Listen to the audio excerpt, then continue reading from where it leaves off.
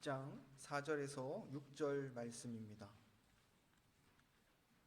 출애굽기 20장 4절에서 6절 말씀을 제가 봉독하겠습니다.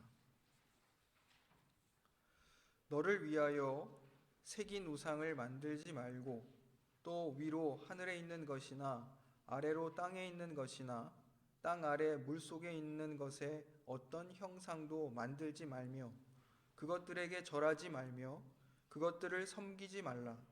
나 내 하나님 여호와는 질투하는 하나님인즉 나를 미워하는 자의 죄를 갚되 아버지로부터 아들에게로 3, 4대까지 이르게 하거니와 나를 사랑하고 내 계명을 지키는 자에게는 1000대까지 은혜를 베푸느니라. 아멘. 우리는 지난 시간에 제1계명, 10계명의 제1계명을 통해 우리의 유일한 예배의 대상이 누구이신가? 오직 하나님 한 분뿐이시다라는 사실을 우리가 배웠습니다. 제1계명은 너는 나 외에는 다른 신들을 내게 있게 말지니라 하신 말씀이죠. 이제 하나님의 이름이 여호와이신데요. 여호와는 스스로 계신 분, 이런 뜻입니다. 스스로 존재하시는 하나님께서 이스라엘 백성들을 애굽으로부터 구원해 내셔서 이제 그들에게 그들의 하나님이 되시겠다 이렇게 약속하시며 하나님의 언약 백성이 된 이스라엘에게 이제 하나님과의 이 언약 관계에 있어서 본분으로서 이 십계명을 주고 계십니다. 그래서 하나님께서 이스라엘 민족을 선택하셔서 그들을 제사장의 나라요 이제 거룩한 백성으로 삼으셨습니다. 그들이 이제 하나님의 말씀을 따라 살고 또 그 말씀에 순종하여 이렇게 하나님의 통치에 순종하여 삶으로 하나님의 영원하신 목적과 그분의 영광을 이제 세상 가운데 세상 모든 민족들 가운데 나타내도록 하시기 위해서 그들을 선택하여 그들의 하나님의 백성으로 삼으셨다는 것입니다. 그 첫째 계명이 그런데 그것이 다른 신들을 내게 두지 말라 하신 것이었습니다. 이 제1계명은 아주 근본적인 문제를 지금 말씀하시는 겁니다. 근본적인 사상과 세계관, 타락한 인간에게 있어서 이제 일그러진 어떤 인식 그리고 지식 그리고 종교관 이런 것들이 존재하는데 하나님께서는 하나님이 이 세상 만물의 창조주요 그리고 이스라엘 백성들의 구원자가 되시고 그리고 하나님만이 유일한 예배의 대상이시라는 사실을 제1계명을 통해서 이렇게 선포하시는 겁니다. 그래서 오늘 이제 2계명은 우상을 만들지 말고 또 거기에 절하지 말고 그것을 섬기지 말라 하신 명령입니다. 근데 얼핏 이렇게 우리가 듣다 보면 제1계명과 2계명이 무엇이 다른가 이렇게 생각하기 쉽지만 첫 번째 계명은 예배의 대상에 관한 문제이고 두 번째 계명은 그 예배의 대상을 어떻게 예배하는가 그 예배의 방식에 관한 문제입니다. 다시 말하면 우리가 예배하는 신이 여호와일지라도 다른 우상들처럼 형상화하거나 상징으로 만들어 거기에 절하거나 섬기거나 하지 말라 이런 명령입니다. 제1계명은 이제 그릇된 신관을 품는 것을 경계하라고 명령하시는 겁니다. 그릇된 신관은 많죠. 다신론도 있고 또 지난 시간에 제가 이신론을 말씀드린 적이 있습니다. 이신론은 그냥 이치를 믿는 겁니다. 이 세상의 보편적 법칙과 이치를 믿고 하나님께서 이 세상을 창조하셨지만 더 이상 거기에 관여하시지 않는다. 그러므로 이런 주어진 상황의 이치를 따라서 그냥 그것을 어떨 때는 당연한 어떤 시스템적으로 받아들이기도 하지만 그거를 그냥 신처럼 여기기도 해요. 나중에 가면. 그러니까 이렇듯 다신론도 이신론도 경계하라. 우리의 유일한 예배의 대상은 하나님 한 분이시다. 이러한 이야기를 1계명이 하는 것이고 2계명은 그릇된 신관을 가졌을 때에 그로 인해서 어떤 결과를 가져오냐면 그릇된 예배와 경배를 하게 되는 것 그것을 경계하라는 명령입니다. 골로새서 2장 18절과 23절, 특별히 23절에 보시면 이 자의적 숭배라는 이런 용어가 나옵니다. 이 골로새서에서 자의적 숭배는 그러니까 자기 마음대로 자기가 좋다고 생각되는 대로 임의로 이렇게 예배하는 방식을 가리키는데, 그 구체적인 내용이 이제 꾸며낸 경건 혹은 뭐 천사 숭배 뭐 이런 것들이 있어요. 그러니까 당대의 사람들이 생각할 때 하나님을 예배하고 하나님을 믿는 신앙 가운데 있는데 이렇게 하면 더 좋을 것 같다는 거예요. 그래서 어떤 이렇게 꾸며낸 경건들, 뭐 이런 것들이 있을 수 있고, 또 신앙에 도움이 된다고 여러 가지 다른 장치들을 마련하는 것이죠. 그러한 것들을 경계하라는 명령이 지금 제2계명이라 이것입니다. 사람이 왜 이렇게 그릇된 신관, 하나님에 대한 지식과 또 그릇된 경배를 하게 되었는지 우리가 읽었던 봉헌 본문을 통해서 우리가 알 수 있습니다. 제가 다시 한번 로마서 1장 21절에서 23절 말씀을 읽겠습니다. 하나님을 알되 하나님을 영화롭게도 아니하며 감사하지도 아니하고 오히려 그 생각이 허망하여지며 미련한 마음이 어두워졌나니 스스로 지혜 있다 하나 어리석게 되어 썩어지지 아니하는 하나님의 영광을 썩어질 사람과 새와 짐승과 기어다니는 동물 모양의 우상으로 바꾸었느니라. 아멘.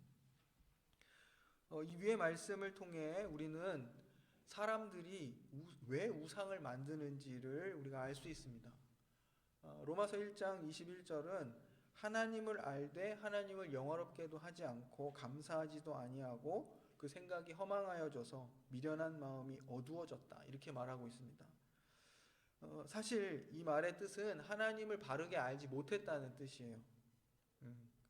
바른 하나님 지식이 있었다면 당연히 이제 하나님께 드려야 할 영광과 감사를 하나님께 드렸을 텐데, 하나님을 바르게 알지 못했기 때문에 하나님을 영화롭게도 아니하고 하나님께 감사하지도 아니한 것입니다. 하나님을 바르게 예비하지 못하게 된 것입니다. 22절에서는 이렇게 말합니다. 스스로 지혜 있다 하지만 어리석게 되어 썩어지지 아니하는 하나님의 영광을 썩어질 사람, 새, 짐승, 기어다니는 동물 모양의 우상으로 바꾸었다, 이렇게 말하고 있습니다. 그릇된 신관을 가진 결과 이제 바로 우상 숭배가 나타나는 것입니다. 우리는 이제 우상 숭배라고 하면 전혀 다른 무언가를 만들어서 섬기는 것만을 떠올리는데, 실제로 이스라엘에게 주어진 이 제2계명은 단순히 그냥 하나님과 전혀 상관없는 어떤 신적 존재에 대한 경배, 이것만을 말하는 것이 아니라 하나님에 대한 바른 이해와 지식이 없어서 하나님을 우상처럼 대하는 것을 경계하도록 하는 것입니다.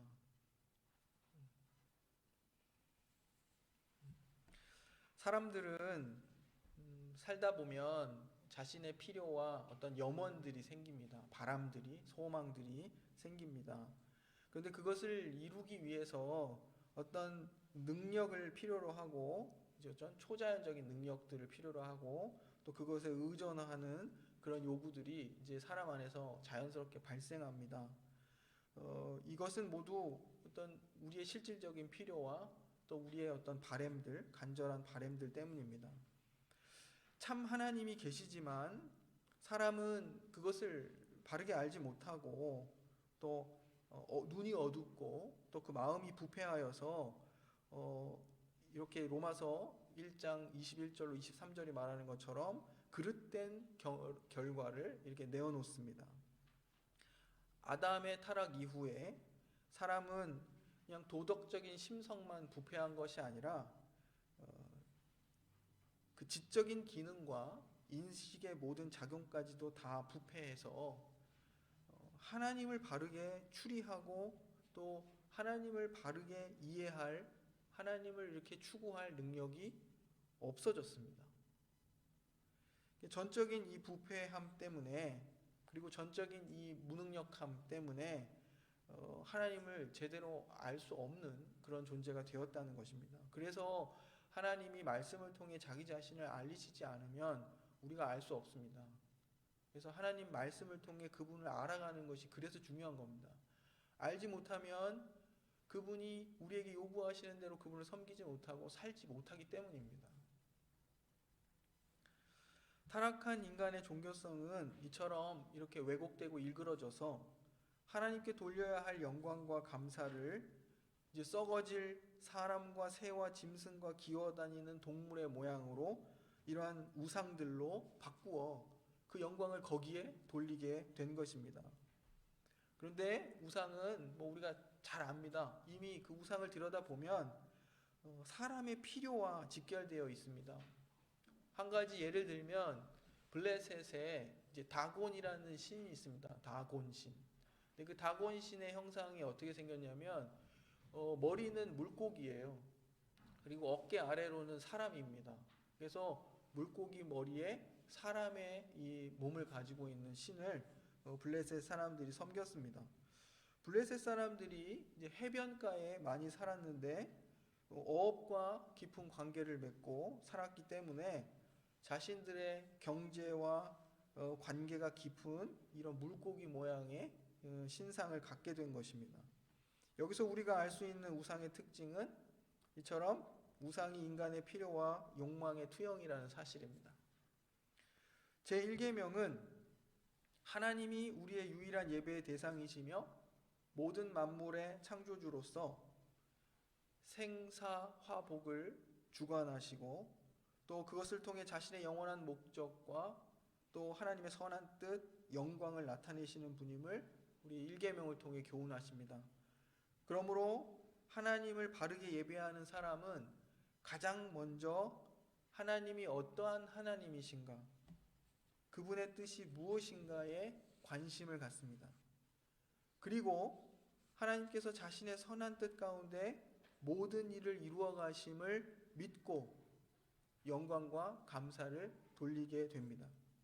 하지만 하나님에 대한 이 지식이 왜곡되고 일그러져서 그릇된 신관을 갖고 있으면 이제 가장 먼저 추구하는 바가 뭐냐면 자기의 필요와 목표에 집중하는 겁니다. 자기의 필요와 목적, 그것이 존재하고 이것이 가장 우선시되는 겁니다. 그것을 이루려고 하지만 이제 우리를 보니까 여러 현실적인 문제와 한계들이 있죠. 우리에게 그것을 이룰 능력이 없거나 혹은 이것을 이룰 물질이 부족할 때 거기에 부딪혀서 자신의 어떤 목적과 필요를 이루지 못하게 됐을 때 이제 그것을 이루게 해줄 대상을 찾기 시작합니다. 그렇게 생각을 하다가 가장 비슷한 상을 만들어서 그것으로 하여금 자신의 바람과 염원, 분실을 거기에 구체적으로 표현하는 것, 대체로 우상이 이러한 것들입니다. 심지어 구체적인 형상조차도 크게 의미 두지 않고 그것이 무엇이 되었든 상관없고 그냥 자기의 염원만 존재하는 경우도 많습니다. 그러니까 그래도 뭔가를 만들어서 거기에다가 자기의 어떤 염원들을 투영하려고 하는 것 있는데 그것조차도 의미가 없어요. 그러니까 대상이 뭐가 되든 상관없는 것이죠. 그냥 자기의 목표와 필요를 이루어줄 대상만 있으면 되는 그러한 상황까지도 가게 됩니다. 우상신앙은 신을 이렇게 표상하는 까닭에 거기에는 인격적인 속성이 드러나지 않고 그저 신을 자기를 위해 동원하여 소원을 성취하려는 그런 모습으로 그로만 존재하는 이제 그런 상황이 됩니다. 그래서 제가 하나님을 믿는 바른 신앙은 이제 하나님 중심적인 신앙이어야 된다. 하나님 그분의 영광을 위한 신앙. 그것은 곧 하나님의 영광이라고 하면 마치 하나님이 무시무시하셔서 자신의 영광만을 위해서 모든 것들을 다 수단화하시는 그런 분으로서 느낄 때가 있는데 그런 게 아닙니다. 하나님은 자신의 영광을 위해서 일하시는데 그러니까 하나님의 하나님 되심을 나타내시기를 원하시죠. 그런데 그 가운데에는 하나님이 사랑과 정의를 이루십니다. 하나님은 그러한 인격적인 분이십니다. 그래서 하나님의 영광이 마치 인간을 소외시키거나 경시하는 그런 형태로 나타난다고 생각해서는 안 됩니다. 하나님은 사랑이시잖아요. 하나님은 의로우신 분이시잖아요. 그분은 긍휼과 자비와 오래 참으심과 신실하심과 이러한 성품을 가지신 분입니다. 그 하나님이 자기 영광을 드러내신다는 것은 제가 말씀드린 그러한 하나님적 성품을 풍성하게 드러내기를 원하신다는 뜻입니다. 이렇듯 하나님은 자기의 영광을, 이렇듯 하나님의 하나님 되심을 드러내기를 원하시는데, 그러한 하나님을 섬기는 우리의 태도가 그분의 영광이 드러나길 원합니다, 이러지 않고 나의 필요와 염원에 따라서 하나님을 동원해내고 하나님을 부리려고 하는 그런 태도를 갖는다면 그것은 바른 신앙의 태도가 되지 못하고 제2계명을 범하는 그러한 그릇된 하나님 이해를 가진, 그리고 결과적으로 그릇된 하나님을 그릇되게 하나님을 경배하는 그런 결과를 낳는다, 이것입니다.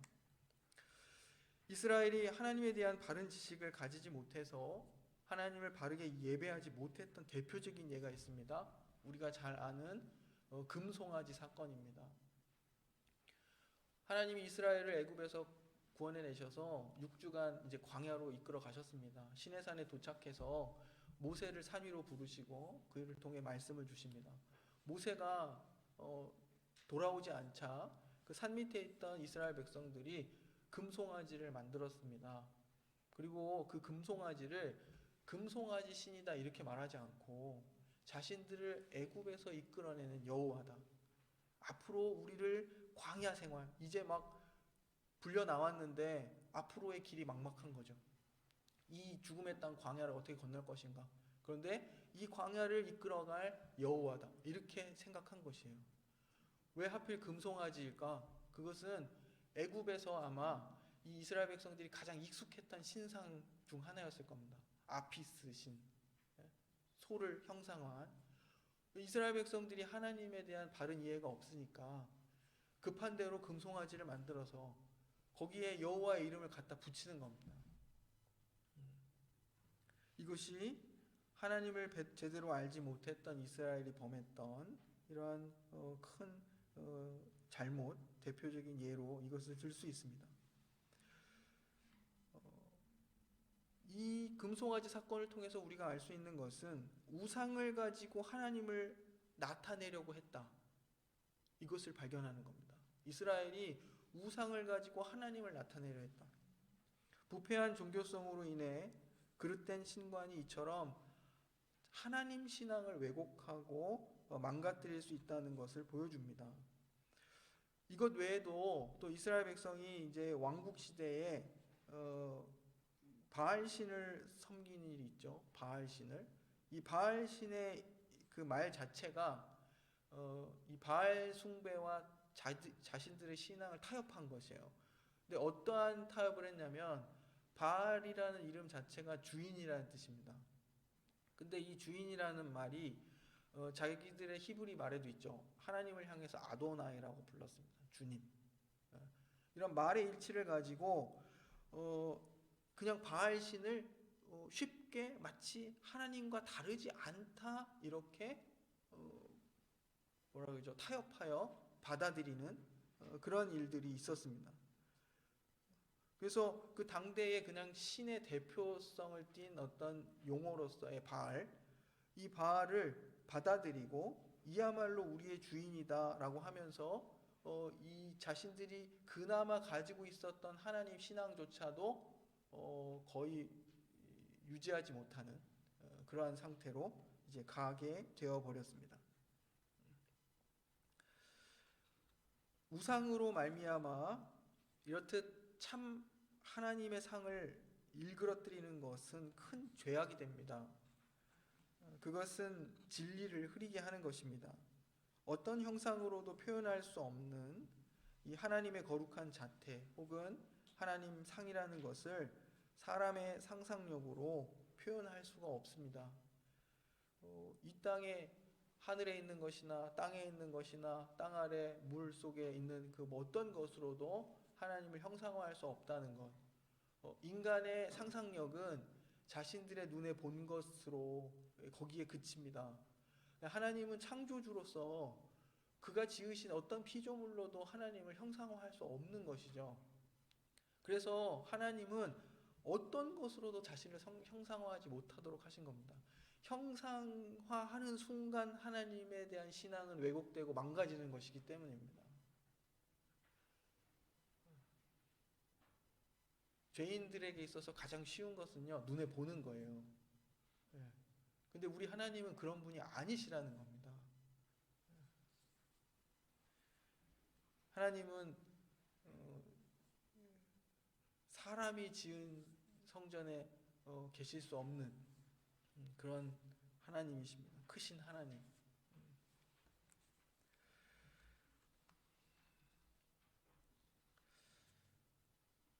그러나 성경에도 하나님의 형상이라는 말이 있습니다. 하나님의 형상. 우리가 잘 아는 말씀 두 군데를 볼 텐데요. 첫 번째는 골로새서 3장 9절 10절 말씀이고, 두 번째는 에베소서 4장 21절에서 24절 말씀입니다. 우리가 잘 아는 말씀입니다. 하나님께서 자기 형상으로 사람을 만들었다, 이렇게 말씀하시죠. 그리고 이제 골로새서 3장 9절 하반절로부터 10절 말씀을 보시면 이런 말씀이 있습니다. 옛사람과 그 행위를 벗어버리고 이제 새 사람을 입었으니 이는 자기를 창조하신 이의 형상을 따라 지식에까지 새롭게 하심을 입은 자니라. 새 사람을 입은 존재가 어떤 자인가라는 것을 설명하면서 이는 자기를 창조하신 이의 형상을 따라 지식에까지 새롭게 된 자이다, 이렇게 말하고 있습니다. 여기서 분명히 이제 창조자의 형상이라는 말이 등장합니다. 옛사람과 그 행위를 벗어버리고 새 사람을 입었으니, 이제 나를 새 사람으로 창조하신 그 하나님의 형상을 좇아서 지식에까지 새롭게 하심을 받아야 할 것을 지금 말하는 것입니다. 지식에까지 날마다 새롭게 하심을 받는다는 것은 굉장히 이제 항상 활동적이고 창조적으로 움직여 이제 전지에 나아가는 그런 것들을 지금 보여주고 있습니다. 어떤 이게 놓여 있는 물체처럼 이렇듯 그냥 일정한 공간을 차지하여 이렇게 쳐다볼 수 있는 그런 상이 아니라 하나님의 능력, 가장 강렬한 능력의 하나는 창조의 능력이죠. 창조의 능력이란 끊임없이 움직여 나가는 힘의 작용입니다. 과거에는 생각지 못했던 이런 것들을 이제는 새로운 사람이 되어서, 그리스도 안에서 새로운 존재가 되어서 어떤 새로운 사실들을 자꾸 이렇게 알아가고 나아가는 것입니다. 창조의 크신 사실은 이렇게 새 사람을 지어놓고 그의 깨닫는 바와 그의 인식의 내용을 늘 새롭게 해주시는 것입니다. 하나님의 형상이란 우리가 보는 눈에 보이는 어떤 형체, 모양 이런 것들이 아니라 지금 말씀드린 것처럼 지식에까지 날마다 새로워져 가는 어떤 능력과 작용, 그런 힘, 이런 것들입니다. 어떤 분은 이것을 이제 에베소서 4장 21절과 24절을 인용해서 그런 말씀하십니다. 사실 형상이라 하는 것은 이런 눈에 보이는 모양이 아니라 하나님적 성품을 말한다. 하나님적 성품. 우리가 그리스도 안에서 회복한 그 하나님적 성품을 말한다, 이렇게 얘기합니다. 왜냐하면 제가 잠시 읽겠습니다. 에베소서 4장 21절에서 24절을 보면 진리가 예수 안에 있는 것 같이 너희가 참으로 그에게서 듣고 또한 그 안에서 가르침을 받았을진대 너희는 유혹의 욕심을 따라 썩어져가는 구습을 따르는 옛사람을 벗어버리고 오직 너희의 심령이 새롭게 되어 하나님을 따라 의와 진리의 거룩함으로 지으심을 받은 새 사람을 입으라, 이렇게 기록하고 있습니다. 여기서 우리가 확인하는 것은 우리가 인간이 타락과 동시에 하나님의 형상을 잃어버렸어요. 하나님의 형상이 왜곡되고 일그러지고 망가졌습니다. 그런데 그리스도 안에서 새롭게 회복한 것이 무엇인가 이렇게 살펴보니까 그것이 여기서 이야기하는 것처럼 하나님의 형상을 따라 의와 진리의 거룩함으로 지으심을 받은 새 사람을 입은 것이다, 이런 것입니다. 이것을 통해서 우리가 발견할 수 있는 것은 우리 안에 잃어버렸지만 그리스도 안에서 다시 회복한 하나님의 형상은 이렇듯 우상 숭배자들이 생각하는 것처럼 어떤 눈에 보이는 것들을 만들어서 섬기는 그런 방식이 아니라 하나님적 어떤 성품과 그의 일하심과 능력, 이러한 내용들임을 우리가 알게 되는 것입니다. 하나님의 형상을 뒤쫓아서 하나님을 따라 지으심을 받은 새 사람을 입으라, 여기서 말하고 있습니다. 여기서 새로운 그런 신선한 지식이 지속적으로 공급되는 것이라든지, 아니면 오늘 에베소서가 말한 것처럼 의라든지 진리라든지 거룩함이라든지 하는 이러한 것들이 하나님의 형상이라 이것입니다. 이것을 우리가 생각하는 것처럼 눈에 보이는 어떤 것으로 형상화할 수 없는 것들입니다. 그런데 그것을 가지고 어떻게 했습니까? 사람들이 새나 벌레나 사람이나 동물의 형상으로 이렇게 바꾸려 했다 이것입니다. 오히려 거룩한 하나님의 상을 제한해버리고 왜곡하고 거짓으로 나타내는 것입니다. 하나님을 사랑하고 영화롭게 하고 그분을 즐거워하는 길은 그릇된 신관, 이러한 부패한 종교성들을 벗어버리고 겸손히 하나님이 원하시는 방식대로 순종하여 예배하는 것입니다. 먼저 하나님을 하나님으로서 정당히 대우하고 그가 자신을 성경에 계시하신 대로 믿고 이해하고 예배하는 것, 이것이 바른 신앙입니다. 오늘 제 2계명이 나름 굉장히 중요한 위치를 가지고 있는 것이 거기에 약속이 덧붙여져 있습니다. 말씀을 보시면 5절 6절에 나를 미워하는 자의 죄를 갚되 여호와는 질투하는 하나님이라 말씀하시고, 나를 미워하는 자의 죄를 갚되 아버지로부터 아들에게 3, 4대까지 이르게 하거니와 나를 사랑하고 내 계명을 지키는 자에게는 1000대까지 은혜를 베푸느니라. 하나님을 바르게 이해하고 하나님을 바르게 예배하는 것이 하나님을 사랑하는 길입니다. 그런데 하나님을 우상처럼 생각하고 우상처럼 대하고 하나님을 이용하려 하는 태도들은 하나님을 사랑하지 않는 것이고 미워하는 태도입니다. 이것이 굉장히 중요한 것인데요, 여기에 약속이 이렇게 붙어 있습니다. 이것을 그냥 문자 그대로 받을 것이 아니라 하나님이 바르게 하나님을 이해하지 못하고 바르게 예배하지 않는 것을 싫어하신다는 거예요. 3, 4대의 어떤 저주가 있을 정도로 싫어하신다는 거예요. 정말 싫어한다 이렇게 말씀하시는 겁니다. 하지만 나를 바르게 이해하고 나를 예배하는 자를 내가 너무 사랑한다. 그들에게는 그 은혜가 1000대에 이르느냐. 정말 사랑한다.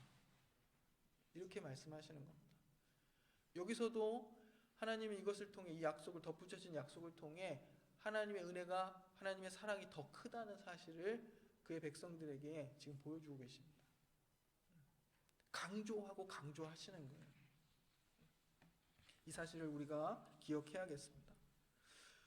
우리는 하나님을 생각할 때 성경이 하나님에 대해 뭐라고 말하고 있는지보다는 그냥 사회적으로 또 관습적으로 종교적 관념을 그대로 차용하여 생각할 때가 많습니다. 그래서 다분히 우리가 미신적 사고들을 가질 때 많죠. 적극적이지 않더라도 꺼릴 때 많지 않습니까? 꺼릴 때. 이거 좀 이렇게 꺼릴 때. 저 어렸을 때 그런 거 있었는데요. 빨간 펜으로 이름 쓰고 뭐 이런 거 있죠. 좀 너무 그냥 가볍게 말씀드리는 거긴 한데, 근데 뭐 중국에서는 빨간색으로 이름 쓰는 거를 아주 좋게 생각한다고 하죠. 얼마나 이 문화적인 차원만 봐도 말이 안 되는 겁니까, 이런 것들이.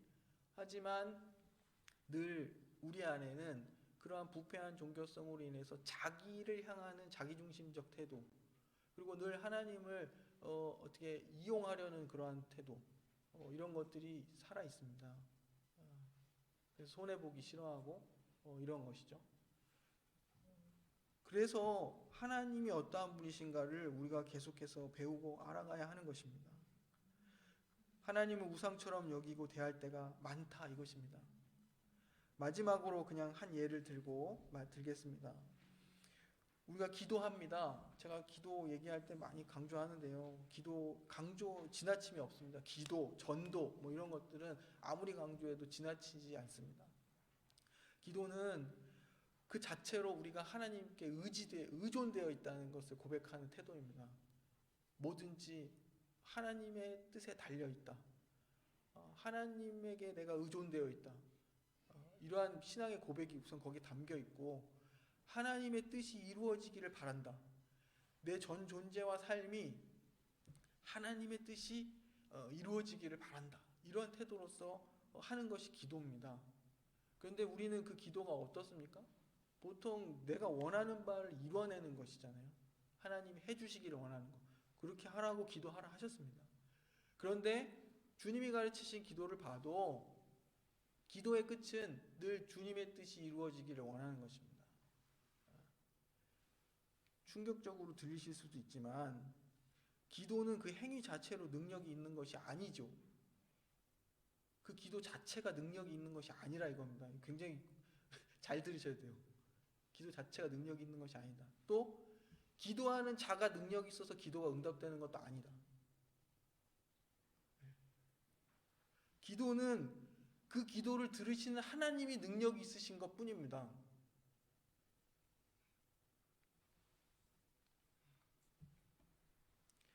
기도는 우리가 반복해서 말씀드리지만 하나님을 의지하고 있다는 고백이며 하나님의 뜻이 이루어지기를 구하는 것입니다.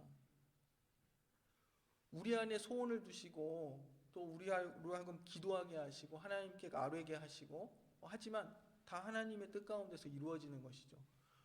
우리가 그러하면 무엇을 기도할 필요가 있느냐 이렇게 말하지만 그런 의미가 아니에요. 하나님을 믿는 신앙은 모든 것이 하나님의 계획과 뜻 가운데 있음을 믿고 고백하면서, 하지만 우리는 하나님의 뜻이 어떻게 이루어질지 모르는 사람들입니다.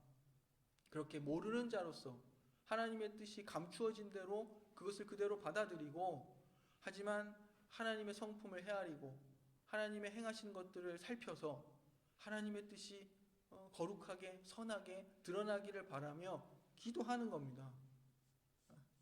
하나님의 영광이 나타나기를, 하나님의 선하심이, 하나님의 사랑이, 하나님이 합력하여 서로를 이루시기를, 그렇게 기도하는 겁니다. 우리의 모든 바람들을 다 앓을 수 있어요. 아픔과 고통과 부족함과 결핍과. 하지만 하나님을 쥐어 흔들려는 것이 아니라 하나님의 뜻을 수용할 수 있게 해주시고, 어떠한 상황 속에서도 하나님의 뜻을 받아들일 수 있게 해주십시오. 그래서 기도하는 겁니다. 잘 들으셔야 됩니다. 기도는 그 자체가 능력이 있는 게 아니에요. 사람이 능력이 있어서 응답되는 것도 아닙니다. 하나님만이 하실 수 있다고 믿기에 기도하는 겁니다. 그래서 기도 외에는 이런 유가 나갈 수 없느니라 주님이 말씀하신 거예요. 그래서 그 기도를 수단 삼으라는 것이 아니라 기도 외에 할 수 없다는 것은 하나님만이 하실 수 있다는 겁니다.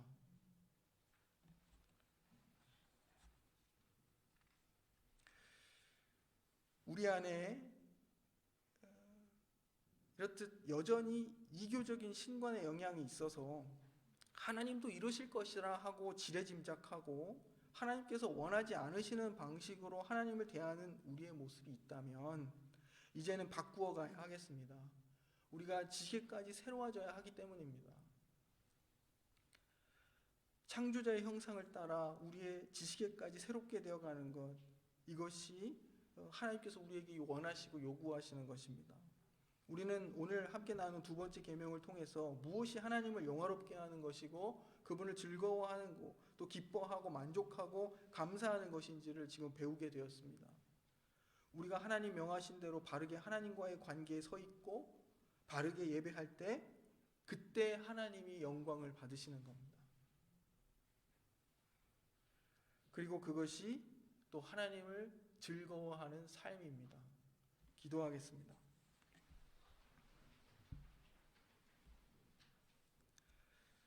참되신 하나님, 이 세상의 어떤 피조물로도 형상화할 수 없으며 썩어질 우상의 형상으로도 또 표상할 수 없는 만물의 창조주이시며 참 신이신 하나님, 하나님의 이름을 찬양합니다.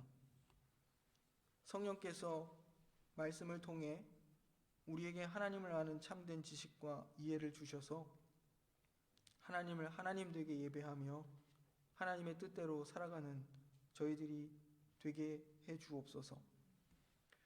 우리가 여전히 지식에까지 새롭게 되어야 하는, 그래서 하나님의 형상을 계속해서 회복해 가야 하는 존재들임을 잊지 말게 하시고, 주님 겸손히 날마다 우리가 주님을 배우며 또 우리의 속사람이 새로워져가는 그러한 주의 백성들이 되도록 인도해 주옵소서. 예수님의 이름으로 기도드립니다.